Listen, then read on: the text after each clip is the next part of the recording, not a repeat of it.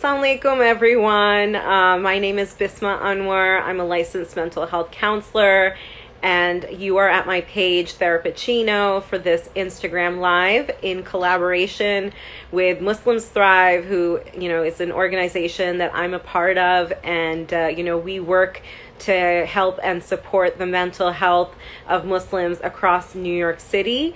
And, we've recently started to reach out through Instagram and the platform and to be able to connect to more of you out there. So I'm really hoping that we can have all of you join us and interact with us and send us your questions regarding mental health, whether it's through my page, Therapicino, or it's through Muslims Thrive.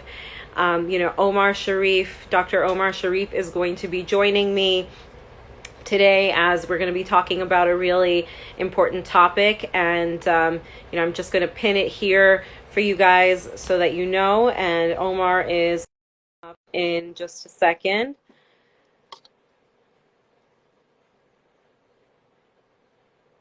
It's connecting. Hey, assalamualaikum. Hello, welcome. How are you? Good, alhamdulillah. Your sound is a little low. Oh, okay. Hold on. All right. Okay. How's this? Is it better? Yes, much better. Okay. Okay, great. Thank you for joining us today. My pleasure. Thank you, Bisma, for hosting me on Therapicino. Of course. It's a pleasure to be back. I know, anytime. You've been on the podcast, so you're a part of it. Absolutely. And I know that I've pinned the comment actually, and so we're talking about something that's pretty serious, and I think something as you're a psychiatrist, I'm a therapist. We've kind of been really working with a lot of patients who have been going through a lot of loss and have been grieving, and also people in our lives, people that we know have been touched by the tragedy of COVID, and have we know people who have lost loved ones. We know people who have been impacted really severely. So it's definitely really important, I think, that we have this type of conversation, especially people like you and me who are constantly helping people cope with this. And so, here on this type of platform where we can reach a lot more of you to sort of raise, the awareness and just sort of give you guys a little bit of support during this time. Yeah. Thank you. Thank you so much, Bisma. I want to thank everybody for joining us today and this afternoon. I know it's the last 10 days of Ramadan. I know everybody's sort of doing their own thing. But the fact that you guys took a little bit of time out to come to this session means that your heart is yearning for something. You're looking for some sort of support, or you're looking for some sense of clarity through all this, and to the folks who've joined us, honestly, Jazakallah khair, thank you guys for taking time out to come through. This Ramadan has been a very different one for everybody, given the scenario that we're in. But for some folks, I was talking to Bisma beforehand, for a lot of families and for a lot of individuals, this Ramadan is a very tragic one. It's not a Ramadan in which you feel a sense of happiness or feel a sense of elation that it's Ramadan or that Eid is coming up, it's a time to celebrate. It's actually more a reminder of who you're not going to be celebrating with, or who you're no longer fasting with, and who in your life is missing. And this can be very difficult for people, and it becomes amplified when you notice that everyone else around you is doing their best during Ramadan or living their best life during Ramadan while in COVID, but you can't seem to get a grip on just doing the basics that you can for helping yourself. And this is very, very common. This is something that I really want everyone listening to, that if you've had a loss or experienced a loss, recently, or know someone who has, this is very difficult.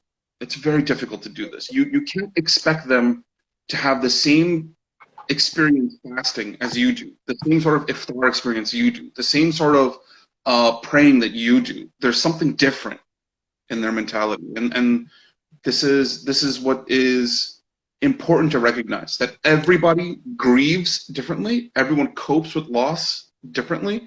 Some people have more positive coping mechanisms. Some people have more negative coping mechanisms. And for you, the best thing is to understand yourself, how you grieve, how you process loss, or how you process difficulty, and then help to assist others by recognizing that they don't necessarily cope with it the way you do.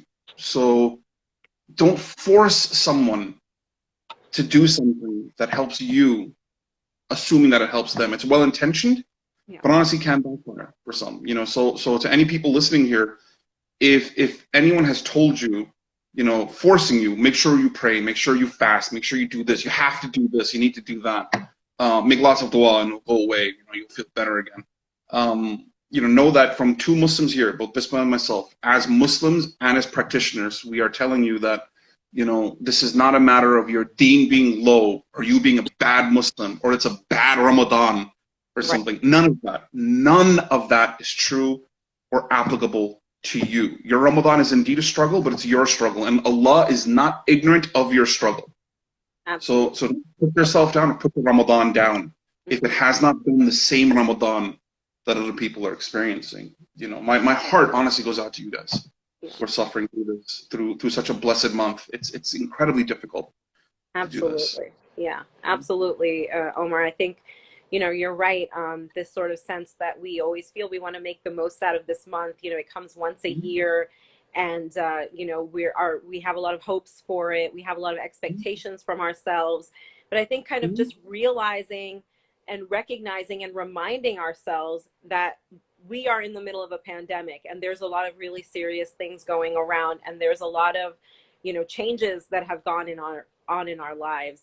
And when we talk about loss, you know, obviously there is a sense of loss, you know, with other things as well, even if you haven't lost someone, and this is not to minimize someone's actual loss of someone in their life, but there is a sense of loss of, you know, some people have lost their jobs, you know, some people have lost their livelihood, some people have lost their, you know, ability to take care of others in their lives, to be able to see the family members that are maybe far away or even close, like even around the corner, you know. So there's a lot of different types of losses that we are experiencing during that time. And there is a sense of grief that is attached to those losses as well. So this is really for anyone during this time who is struggling with this sort of deep sense of like sadness. And, you know, in a way, at times I've seen that people are not really understanding like why they feel sad. They're like, well, you know, I'm okay, right? I'm okay. I feel okay.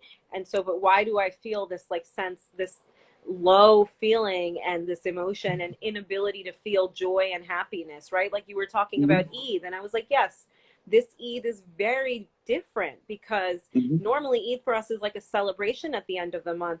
For us, it's really just, you know, okay, it's Eid, but we're not going to be able to see our loved ones or, you know, like go to pray Eid prayer and, you know, and it's different. And this is sort of how it needs to be right now. So, you know, I think kind of that grief. And then another type of grief is the anticipatory grief that we're experiencing, like this uncertainty about the future. And what is the future going to look like? Is there going to be a second wave? And what is that going to look like? And how are we going to, you know, are things going to open up? What is that going to look like? Especially for us in New York, because things have been so intense here. You know, we've kind of, right? So there's more of this sort of fear around what will life look like and how will it be when we start to get back to normal, but what will normal look like? So there's this loss of normal, you know, what used to be our normal. There will be now a new normal, but we don't know what that will look like yet. Yeah, absolutely. One of our commenters, Sabine, posted a comment, and I think it's an important thing for I think a lot of people to reemphasize, which is we tend to do this, especially in the Muslim community, especially in communities of color. We tend to do this thing, which is always comparing and contrasting grief and loss, you know, and then comparing magnitudes of loss. And then when you make this comparison, you either amplify your own loss or someone else's loss and then minimize someone else's or dismiss their sense of loss. And this is something that I really want to point out is a toxic behavior. in Muslim communities and communities of color, we have this sense of, I lost my my business, for example, and then someone else would mention, yeah, well, I lost my mother. And then when you make this immediate comparison, right, the sense of re-emphasizing your loss and putting down someone else's, that you do not have the right to grieve or the right to hurt the way that I do, yeah, or that your hurt is not a real hurt. Mine is real. Mine's more than yours. Mine is better than yours. So your focus should be on me, not on you, because it's selfish now for you to proclaim your own pain or hurt or loss and ignore mine. And this is something that can hurt a lot of people.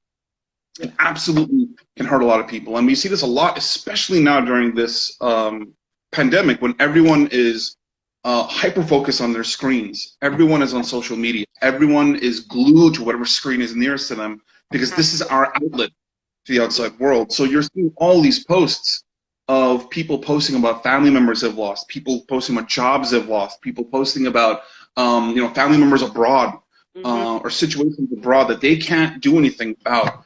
And the mentality that some people have is to put that down by comparing their loss to another loss.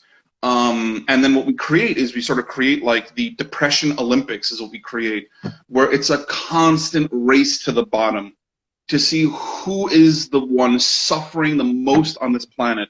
And only that person has the right to express grief and pain and loss. And everyone else, comparatively, has a lesser degree to it. If we do that, then essentially what we're saying is that nobody is actually grieving and no one has actually lost anything of any substance or value. right, And it's a very, like I said, it's poisonous. It's poisonous and it hurts so many people to do that. Your loss, your difficulty, your strife, your struggle, your challenge is yours. You are experiencing it in your way, coping with it in your way, handling it your way. It is unique only to you and your situation. So this is a sense of self-validation, that your grief and your loss is indeed true, it's real, and it's hurtful. Your pain is real. The emotional grief you're feeling is real. And don't allow yourself to be invalidated or dismissed by comparing it, even subconsciously, comparing it to someone else's. yeah, You deny yourself actually your ability to open up and channel grief and loss by locking it inwards, by saying, well, I didn't suffer the way that guy did, or I didn't go through what she did, therefore I can't complain. I can't open up and talk about this. Imagine if our Lord worked this way, if Allah worked this way, by pointing to you saying, yeah, well, you know what, you didn't go through that much, but this person did. So that one is worthy of my mercy and you are not. Imagine how petty that is. There's a reason why when we say the word Ar-Rahman, it is that he is the most merciful, that this is a level of mercy that we cannot conceive of. So how is it possible that one who has the title of Ar-Rahman cannot give you mercy for what you're suffering from, what you're grieving from, no matter how little or big it is in your own mind?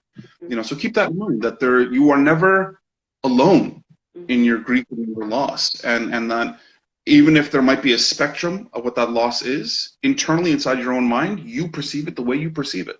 Own that, and don't relinquish it, to someone else. absolutely. So, I mean, I think what you said about self-validation, I think that's really, really important. And, it's something that we constantly talk to our patients about, right? Like being able to engage in self-validation, because that is actually a lot harder for people to do rather than engage in validation of other people. They struggle a lot more with their self-validation. And I think during this time, particularly in the context of what we're talking about, there is this sense of comparison, and there is this sense of like wanting to, in a way we kind of measure ourselves by how much validation we receive externally. And that can sort of lead to the sense of, anxiety and stress when, that's not really given to us. So when we develop the tools within ourselves to engage in self-validation, that's when we're really able to, I think, get through our difficulties in life, and being able to like put them in perspective, and being able to think about like, how our negative thoughts can be turned into more positive ones, or how we can sort of shift our thinking. So So we have a comment, Shireen. This is why many people seek out therapists from outside instead of within the community. They are afraid about being judged. I mean, Mm-hmm. absolutely. That's very true. I've heard that from a lot of people, and it makes me really sad. It makes me really sad. And I maybe Omar, and I feel like Omar, you could probably relate to this because we're both providers in the Muslim community. We're very passionate about this work. You know, our being Muslim is a big part of our identity. That's part of like the reason why we went into this work, is to help the community. And it's so much of what we do. And so to have this sort of sense of, you know, people not really wanting to come to Muslim providers because of this fear, I feel like it's just really, you know, it's really challenging. It shows that we have a lot of work to do, and that as a community, as you know, as a community, we need to become more supportive of each other and be able to come together. And I'm, you know, gonna bring it back to the loss, right? Going to bring it back to the sense of grief and how we all need to really come together. Instead of comparing, we need to just be united, and we need to just come together. And, you know, and it's like there is just so much sadness, and being able to just, I think, sit with people and being able to just acknowledge their pain, acknowledge each other's pain. And these are, you know, and this is Ramadan, the last few nights, like you said, like this is a time when, you know, we can all sort of come together for that purpose and for that love, and being able to heal, right? Because the idea is about being able to heal from all of this. Like, how are we going to heal? And how do we work towards that? How do we work towards a sense of acceptance, right? I mean, that's so hard when you talk about the stages of grief. Acceptance is kind of like the last one, right? Because that is sort of where you're actually able to, you know, acknowledge what has happened, gone through all of, you know, all of the anger, all of the frustration, all of those negative emotions, and then figuring out how to move forward in your life, figuring out what we do next. And you know, obviously that is a really hard place to come to. And I feel like that's a process, and that will take time. Even when we talk about COVID and all of the losses in general that we've had in terms of loss of our lives, the way that we live them, there is a sense of like coming to this acceptance and being able to recognize that, you know, what we need to do now is to keep ourselves safe in whatever way possible, not just for us, but for our loved ones. And, you know, and how can we, you know, kind of really move forward from this without making it feel like, you know, our life is now stuck and now we cannot do anything, right? There's one end where people are like, oh, I should be super productive because I have all the time in the world. And I'm like, nope, that's not going to happen. But then on the other side of it is like, what can you do? And being able to sort of make that the focus instead of what you can't. So, you know, these are, I think, some ways that I feel like the reframing really works well for people, is to like kind of reframe your thoughts into something that is actually more helpful and goes towards healing, as opposed to, you know, sort of like more of the negative and the anxiety and the stress that we see a lot of. Yes, absolutely. I think a lot of us seem to have that mentality of, and it's a good one too. It's a good mentality to have, but it's also one that can lead you down a path of difficulty and strife, which is that I need to leave Ramadan with some sense of something. I need to leave Ramadan with a sense of accomplishment, or a sense of, look, I set this standard, I set this bar, and I want to clear it and I want to get past it. You know, Imam Sahib Webb recently had a session that he posted online called Baby Steps, taking baby steps towards your goals and your dreams, and that this Ramadan, while a difficult one, is different than any other Ramadan. And honestly, for you, if anyone here has felt that my Ramadan has been solely focused on just what I've lost, what I gave up, or something that I had but I don't have anymore, whether it's a family member, a loved one, job, finances, a sense of purpose, a sense of drive, my career, whatever it is that you have that you've lost, this Ramadan has been spent focused on that loss. And this is what I really want to emphasize to people, is that this is not a lost or a wasted Ramadan as a result of that. It's not. You know, if Allah truly intended you to have a Ramadan completely just focused on internal spiritualism, you would have had that. He would have said be, and it is. But he gave you a particular loss, he inflicted upon you a particular trial, particular challenge or difficulty when he intended to do so, to give you a Ramadan that is different from any other Ramadan, to not make it a routine, mundane Ramadan, but a different one. And a different Ramadan can also be a Ramadan in which you just have one singular issue that you struggle and fight against. And this is your Ramadan. And you can have other people that have read the Quran 3, 4, 5, 6 times completion, who have been leading Tarawih every single night, who have every single webinar attended, they have super productive, whatever it is that they're doing. Yeah. And that's them. That's them. That's Absolutely. what they're doing. Yeah. Perhaps for them, this is their coping mechanism. This is their escape from a painful reality, is to jump into a virtual world of webinars, and this is how I get away from what it is that I'm getting away from. And for you, perhaps struggling and dealing with direct confrontation with a painful reality is yours, is your Ramadan. So the measure of success of your Ramadan, I want to use the word in quotations of success, the measure of success in Ramadan is an internal marker, not an external one. And not set your goal so high that you feel that by Eid, I need to have some sort of spiritual revolution. I need to have some sort of heightened, elevated level that I have to achieve in order to prove to myself that I was able to overcome or I was able to do something. Please don't do that to yourself. Don't do that to yourself. Let the process of your growth and your healing process, your recovery, let it be organic and let it be natural. You know, don't set yourself by these sort of standards. No therapist or provider will tell you that, like, here's a numerical scale and I need you to reach this level of healing or this level of whatever by the time we reach this session. We don't do that. None of us do. Yeah. Every single therapist, every single provider, anyone who gives you this sort of healing tells you that it is your journey, your process. We guide and follow you along on that process. Absolutely. And for some of you, Ramadan has been super quick. It's gone by in the blink of an eye and you didn't even realize you're in the last 10 days. And for some other people, it has been agonizingly slow and painful. You know, so like I said, it's not a race. None of us are racing towards Eid with a particular spiritual goal in mind. Yeah. You know, this entire life we're living is not a sprint, it's a marathon. And everyone runs at their own pace. Yeah. So do keep that in mind. When it comes to your healing, when it comes to your recovery, sometimes we get frustrated, we get irritable, we get angry. How come I'm not feeling this? How come I'm not there? How come I haven't reached that? You know, and you curse yourself and you curse your situation by not healing faster, not recovering faster. So this is, again, sort of like a comparative mindset we have of, well, they're doing it, they're getting past it, they got this, how come I can't? How come I feel stuck, you know, in this pain or in this misery or in this loss, this feeling of emptiness?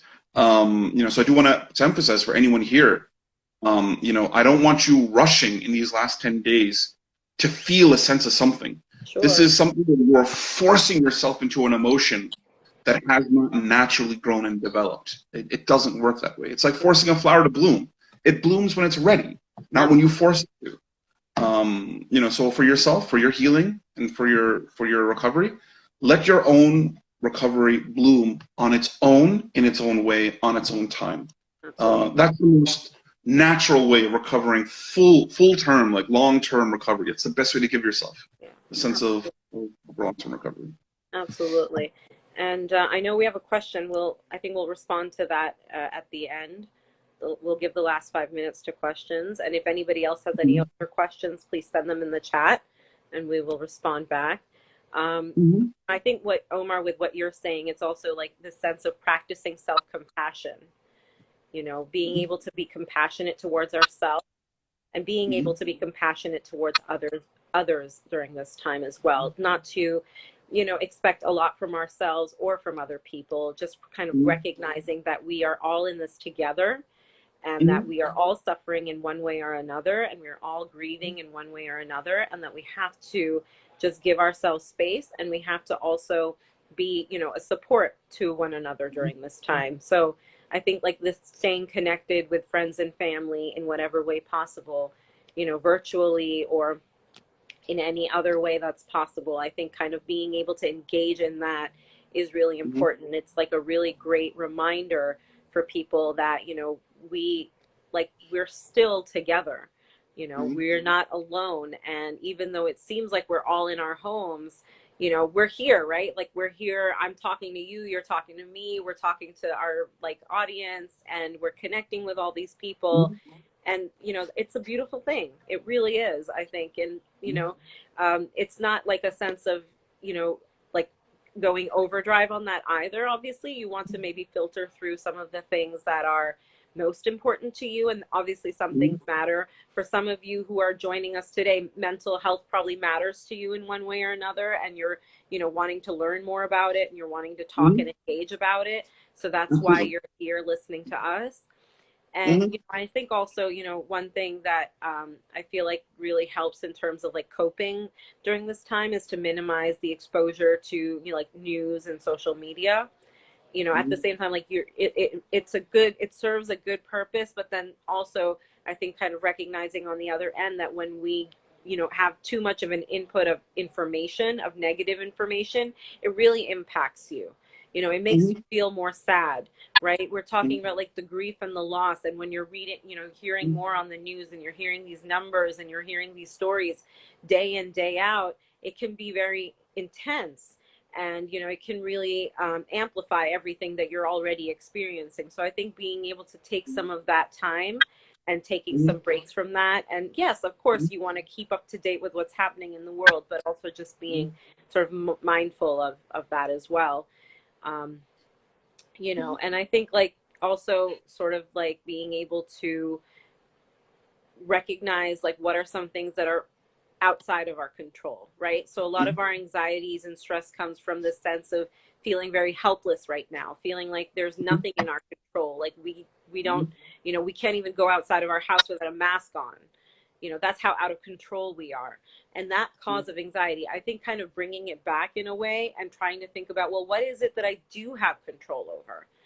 What is it that I can manage? And you can manage your feelings and emotions during this time. You can manage the way that you interact with people and what you tell yourself, and how positive you can be with yourself, and how accepting you can be of yourself and others, and how much compassion you can give yourself and someone else. All those things I think are really things to think about, and being mindful, being kind to yourself, having more self-awareness, introspection. If we're talking about Ramadan and, the experience of this month, how to be kinder to ourselves, how to be kinder to other people, how to be able to, connect with others, being able to give charity, being able to still engage in the beautiful moments of this month. And, and being able to just do positive things, do things for other people, do things for yourself, right? I'm always talking about self-care and how important that is, and being able to use this time, use this month, use these last 10 nights to engage in more self-care. What is it that you need? What makes you feel good? What brings you joy? What brings you happiness? To be able to sort of take those things and, to be able to engage in them in a more positive way. I think that, it's like really something that we all need to be thinking about. I think me and you and everyone, like, it's not just that, we're obviously sharing all of this with you guys and this information, but this is really for all of us right now. Yeah, Yeah. absolutely. Thank you, Bisma. That was really well said. Yeah. One of the things I want everyone to sort of keep in mind in these last 10 days moving forward is to make the most of the last 10 days for yourself, but also do your best to help reach out to others that may be struggling or maybe going through some sort of difficulty. As we near the end of Ramadan, and as we get closer and closer to Eid, I know a lot of people are going to feel like this holiday is going to feel very different because we can't really celebrate it communally. There's no community level of celebration. And that way the vibe is sort of different. But I want people to keep in mind that for a lot of families and for a lot of individuals, this holiday is going to be a painful one. This holiday is going to be a direct reminder of who you celebrated it last year that is no longer with you now to celebrate with, or what kind of situation you were in last year that you're no longer in now. So the mood is different, the atmosphere is different, the mindset is different. Everyone is celebrating. It's meant to be a celebration, and for many people, it absolutely will be. But if in your heart you truly feel a sense of grief, a sense of loss, a sense of pain that is stopping you from celebrating, I really honestly implore you, don't force yourself then into that mindset of I have to appear a certain way or look a certain way or contribute towards a certain thing and ignore an internal feeling. I'm not telling you to be a Debbie Downer if your family's gathering and like celebrating and you going in and all of a sudden changing the mood. All I'm saying is that if you need time, if you need space, if you need distance, if you need your own personal private time on Eid to reflect upon something, take that time to do so. Take that time to do so. Give yourself that means. If it means reaching out to a friend, if it means reaching out to a provider, if it means reaching out to someone, to reflect upon a loss that you've had or a grieving process you're still going through, do that. Let that be your way of celebrating. That you're celebrating a sense of self, not necessarily celebrating communally the way everyone else does. Allah subhanahu wa ta'ala puts in everybody a sense of ease and a sense of mercy and a sense of calm and comfort. And that sense of calm and comfort and ease is different for everybody. We all define it in different ways. For some people, a sense of calm and comfort is celebrating with other people. Being able to escape and use other people's happiness to help boost your own, that's for them. That's their way of doing it. And that's beautiful if you do that. For other people, absolutely not. Sometimes when you're in a group of folks that are celebrating with your family, it amplifies your sense of loss and your sense of grief. It actually hurts you more to do that. So everyone has different ways of coping with their grief and with their loss. Don't force someone into something because you feel it'll make them feel better. Meet them where they're at and ask them what you can do to help them. So on Eid, if you want to reach out to someone and send out like those really cute Eid Mubarak messages you're sending out to someone, don't just send a generic Eid Mubarak message to someone when you know they may be in a state of loss or in a state of grief. Genuinely ask them, how are you? And if their answer is, it's Eid, it's great, I'm doing fine, dig a little deeper and tell them that, hey, I'm here for you if you want to message and reach out. We don't have to have a happy-go-lucky conversation. It doesn't need to be this way. This Eid can just be something supportive. It can just be something of, hey, I'm here for you if you need me. We can just talk about what we need to talk about. You're not ruining my Eid or putting my Eid down by telling me about your pain or telling me about your loss. Eid is a sense of joy and a sense of comfort. Let that Eid be a sense of joy and comfort for someone by just opening up and unloading something. So this is what I want people to know, that, for myself, for Bisma, this is what, for a lot of people, what they're looking for. They're just looking for a sense of someone to connect with. And on Eid, what better day to connect with someone than on that day where everyone connects? Please don't force joy and celebration on someone who is not in an emotional state to receive joy and celebration. That's just what I want to point out to some people. It is, honestly, it's a painful month. There are some families that would celebrate, every year would celebrate with a certain family member. And that family member is no longer here now. So that Eid is now a grim reminder of what has been lost. Absolutely. So keep that in mind. Don't just throw confetti and balloons on someone, when they're doing that. So please, I just want everyone to keep that in mind for Eid. If you really, truly want this Eid to be an impactful Eid, open yourself up to that emotionally so other people can receive you emotionally in that month, in that day. Thank you. Yeah.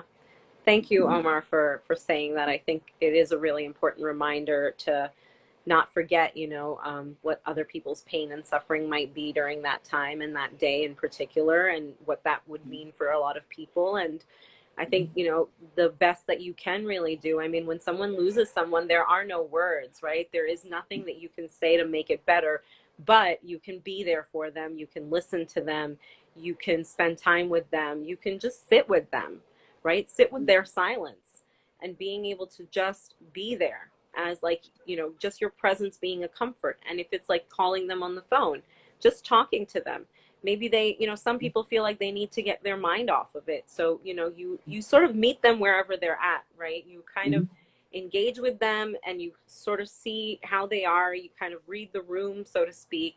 And then you kind of proceed from there, give them the kind of help and support that they are looking for. So we're going to be wrapping up soon, and I just want to, have anyone ask any questions or anything that's coming up. I know we had a question about Muslim mental health providers in some states, and I think that some resource was shared, I believe. Looking through the comments now. And, I think, if you have more questions about providers, we tried also have some resources with Muslims Thrive and, our Get Help page. And, if you do have any further questions, you can definitely message them through their Instagram, or you can message me through Therapicino, for sure. And if anyone has any questions right now that they would like to, ask, please do. And also that if you want to ask me later on, you can always send me a question. And if you have a question for Omar, he'll definitely be willing to answer it as well. And, I think this was like a really, it was a sad and deep discussion, but also I think very important for us to sort of acknowledge what a lot of people are going through right now, and to talk about it, to let you guys know that it's okay to talk about this, and it's okay to address this, and that, you know, there are people, you know, there's us and a lot of other people out there that are willing. And it's like, even if you're not a provider, you know, we're sort of helping you guys understand what is it that you can do during this time to support someone who is going through something. And so, you know, I hope in that way that you all can have that type of takeaway from this discussion. And yeah, thank you, Omar, once again for coming on and being willing to talk about this with me. Yeah. Thank you. If you guys listening right now enjoyed this content, if you felt this content was really impactful and you felt that this is something good, I strongly encourage you to follow Bisma on Therapeuchino. You can see it up there, up top. That is her handle. So please show some support for Bisma. She has an incredible podcast that she talks about for with mental health that she posts on. So you can go to her profile, and in her bio, you'll see a link to her podcast. So you can show lots of love and support to the work that she does. Bisma works super hard on this. Every single professional knows that we have a professional life and then we have a home life. And Bisma is someone who, just like her coffee, blends both together to give you a unique combination. Lots of love and support. If this is your very first time experiencing Therapeuchino, if this is your very first foray into it, I strongly encourage you to check out the rest of her content. She has some fantastic stuff for you guys to follow on. And if you're unfamiliar with the work that Muslims Thrive does, both Bisma and I are board members on Muslims Thrive. You can also find us on Instagram, muslims.thrive, and follow us there. We post lots of mental health content. We do lots of programming, lives just like this.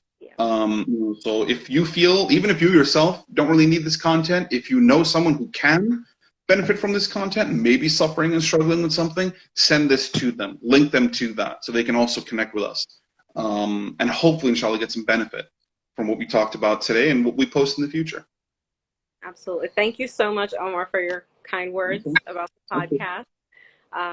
Really appreciate that, and your support always, and always willingness to sort of share your perspectives as a psychiatrist, as a Muslim, as a provider in this field. I feel like, you know, there's not that many of us, and I feel like this is, you know, really great to have these type of conversations with people like such as yourself. And thank you everyone for joining us today. This live is going to be available for the next 24 hours, and then I'm actually going to post it on my YouTube channel, which is Therapeuchino. So, you know, you can always check out the lives and any of our past lives actually that we've done, that I've done or I've done with Muslims Thrive in collaboration. They're posted on there, so you can always check those out. We always have some mental health related topic. And yeah, all right. Thanks everyone. Have a good rest of your day. Bye.